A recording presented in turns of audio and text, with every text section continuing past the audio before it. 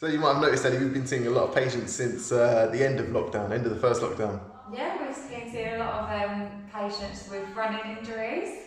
And I think that we were talking earlier and you said that there's a few things that they should be getting right. And the first thing you started off with was a warm-up. Yeah, so a warm-up is so important, and a lot of people don't actually do a warm-up before they do a run, or if they do, they just do like a stretch here and there. It's a little bit half-hearted, so a warm-up is so important because it just means is when you start running, you're already warm, so the whole of your run is counts rather than the first 5-10 minutes being your body getting warm, getting used to it. Do warm-ups reduce the likelihood of injury as well? Yeah, definitely. They do reduce the likelihood of injury, they stop any muscular imbalance, so mobilising through your ankles and your hips is so important. Obviously you're using them a lot through running. And when it comes to the warm-ups that you see, how do you think a lot of people are doing it wrong? Pardon? When it comes to warm-ups that the patients come in with, have you noticed that there's common areas?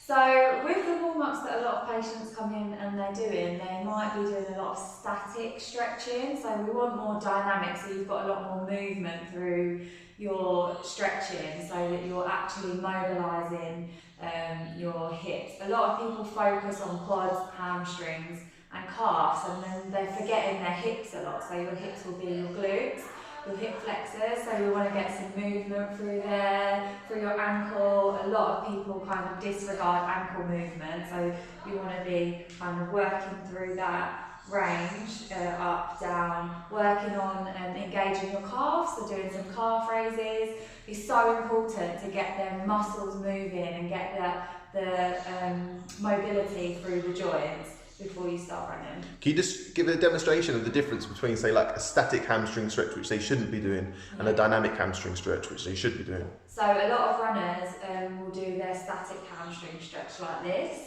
So they're feeling it through their hamstring here. Whereas you want to kind of be doing this movement. So you're warming up through the hamstrings, you're getting them moving. Nice. And we also spoke previously that you can actually incorporate conditioning exercises as part of your warm-ups. You mentioned like squats and calf raises. Yeah, so you can do calf raises, you can do squats, you can do lunges. What's this doing is warming up the muscles, getting some strength there and firing them up. Again, so when you start running, the first 5 to 10 minutes isn't your warm-up. A lot of people come to us with injuries and they might have a weakness, say their glutes might not be firing when they're running, so they're straining through their back. Or again, they need to work on calf strength, so they're getting pains in their ankles. So incorporating some lunges, some squats is really helpful for running. Can you give just like 3 exercises that they can do to work those areas at the same time as warming them up? Yeah, so you can go through to a wide squat, so you can come down, up, through there like so. You can sit down into it and kind of rock from side to side, really to open up through your hips. With a lunge, you can come down, up like so. So you're going into the lunge rather than going through to a walking lunge. This will be opening up through the hip. And you can also just kind of come around, get some mobility through the hips, both sides. And what about, you know, when people obviously they want to start running, but they want to, as we've seen, patients have quite often hit the ground running too hard. Mm-hmm. So have you got any advice as to how they can start to gradually increase the amount of running that they're doing? Yeah, so it depends on fitness levels really, but an easy way to do it is if you're going road running, is to work from lamppost to lamppost. So you can think, right, I'm going to start off with quite a slow, steady pace, and once you feel warm enough, you can increase your pace. Just try to focus on each lamppost. So think, oh, I ran a little bit slower for 5, so you're going to run a little bit faster for 5, and then slowly, gradually build it up that way. And if they have targets, so for example, if they're running a mile on their first run, how far should they run on their second run?